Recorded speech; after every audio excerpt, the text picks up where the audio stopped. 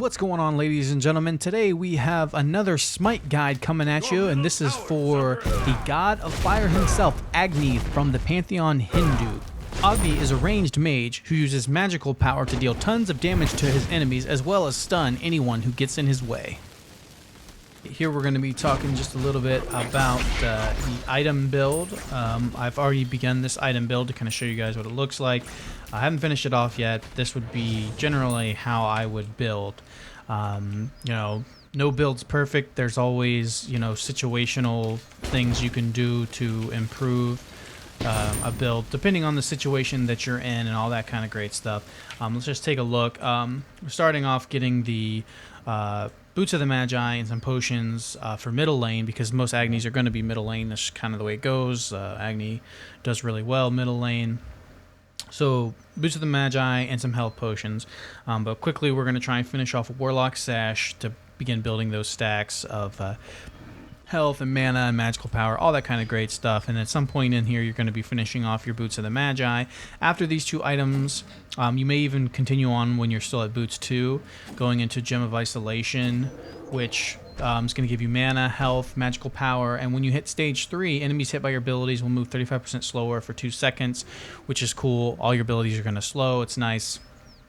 It creates a good initiator late game. It allows you to, your ganks to be stronger, all that kind of great stuff, because you can push the lane so fast with Agni that it is a good idea to gank other lanes and all that kind of good stuff. So now before I get timed out here, let me just make sure I do a little damage, because that has happened to me the last 2 times I tried to make this video. I got timed out from sitting still for too long. So, alright, so we have Gem of Isolation, and after that, now there's a couple different routes to go. Generally, this is where I would go, start to get maybe a little bit more tanky. Some people might want to go ahead and get the Rod of Tahuti here, which is a great mage item. It's more for glass cannon builds. I mean, it's just going to give you a tons of magical power. But at this point, I actually would probably go with the physical defense item, Breastplate of Valor. Now, this gives you 75 physical protection, 550 mana, and your ability cooldowns are reduced by 20%. So Agni does have some issues with CDR just because, or with his cooldown length, because they are so long on all of his items. Let's see, with 3 there's 14 seconds, he has 2, which is 10 seconds, his 1 is 11 seconds, and of course his ultimate, which builds charges as it goes like that. I think each one of them is 30 seconds, 20 or 30 seconds, I believe, in between. So that helps reduce that cooldown. Now, by 20%, the maximum you can get is 25%. So if you get this 20% and then you get like the CDR buff, which on a normal map doesn't look like this, but it's the white one, you can have 25% cooldown reduction that way. Now after that, depending on how the game's going, if there's any, I'm taking a lot of magical damage, I also can go into the Void Stone, which is going to give you magical power as well as magical protection, and also it can work to lower the magical protection of enemies within 55 feet by 30. Now this could be cool to support the other mages on your team and whatnot. So then after that, the last item I probably would finish up with would be the let's say Gem of Isolation, then the Breastplate of Valor, then Void Stone, and then I would get the Rod of Tahuti there. But that all depends on how the game's going and what order you want to do that. Now some people may skip. Let's say if you just want to get one defensive item, you can go with High Leviathan, which offers health, mana, magical, and physical protection. You can drop the Breastplate of Valor and the Void Stone. For that, then you can also pick up the Polynomicon, which is a very good item as well. That gives you magical power, magical lifesteal, mana, and then using an ability gives your next basic attack within the next 5 seconds 100% of your magical power and additional damage. So when you're doing an ability and you gain the Polynomicon buff, then your next auto attack is going to deal a whole ton of extra magical damage on top of what it normally would do. And with Agni's cooldown situation, you do have to auto attack now and again, because it's just, you can't, your abilities are not going to be up off cooldown that quickly. So that's a couple different ways that you can build him. Even the more tankier version still does a lot of damage, obviously not as much as Glass Cannon, but with any mage, when you blow all your abilities, you just don't want to be dead by the time before your cooldowns come back up again. So,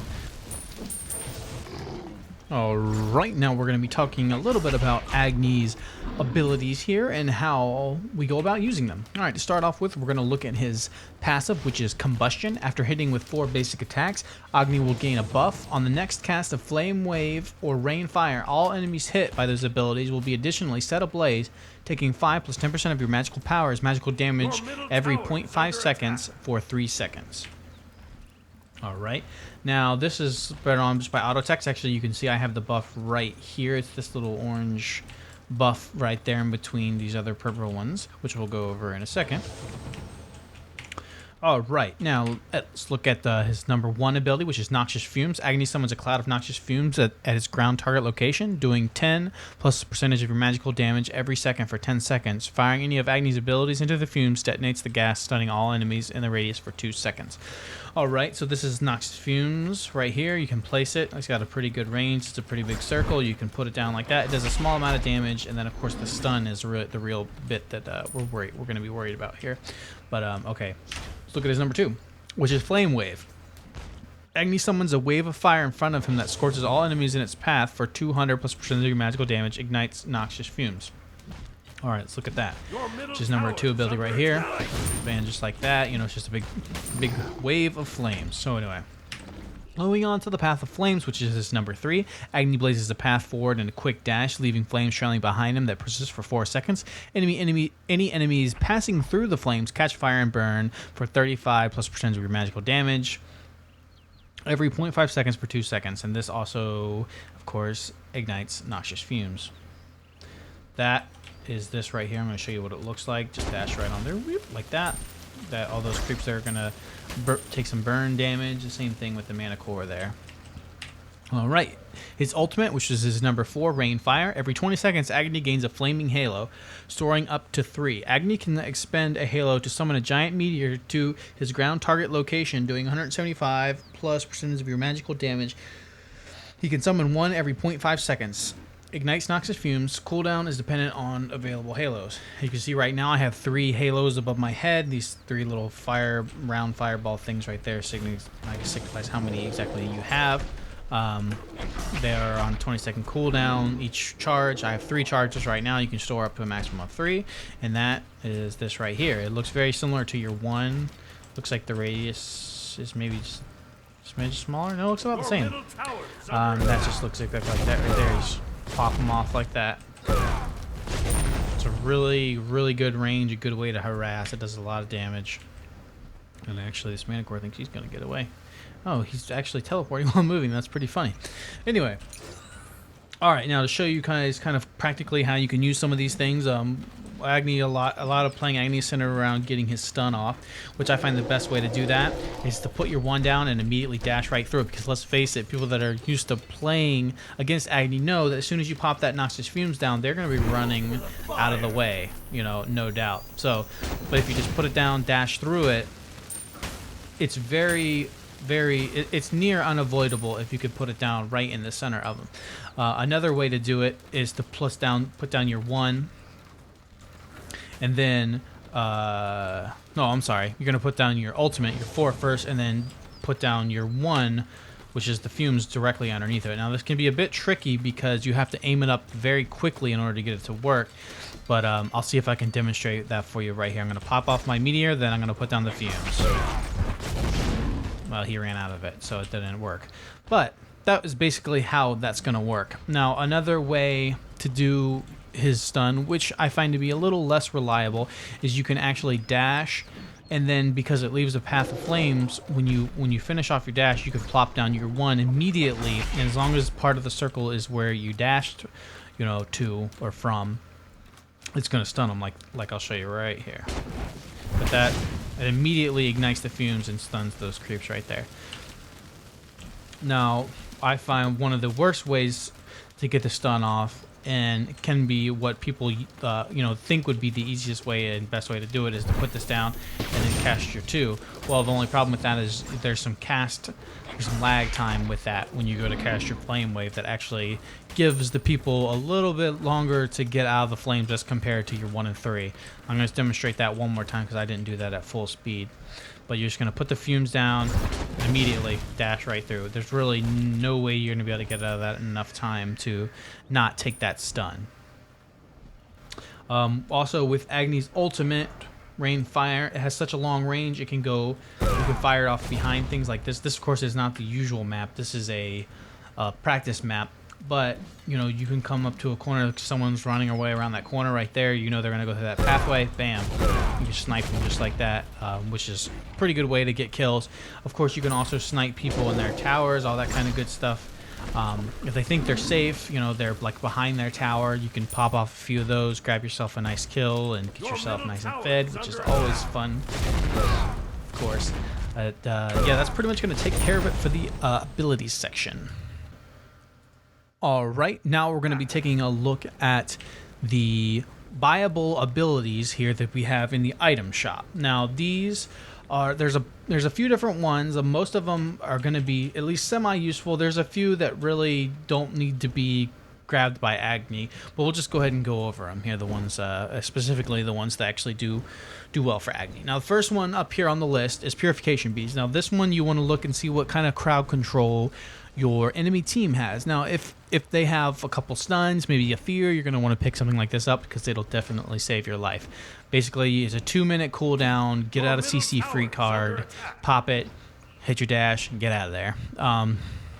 Another one that's good for Agni and any squishier type of mage, type of champion that gets focused down a lot, you can use this Aegis Amulet, which is on a 90-second cooldown, and it makes you invulnerable to all damage and CC for 2 seconds. And during this time, you cannot take any action or move.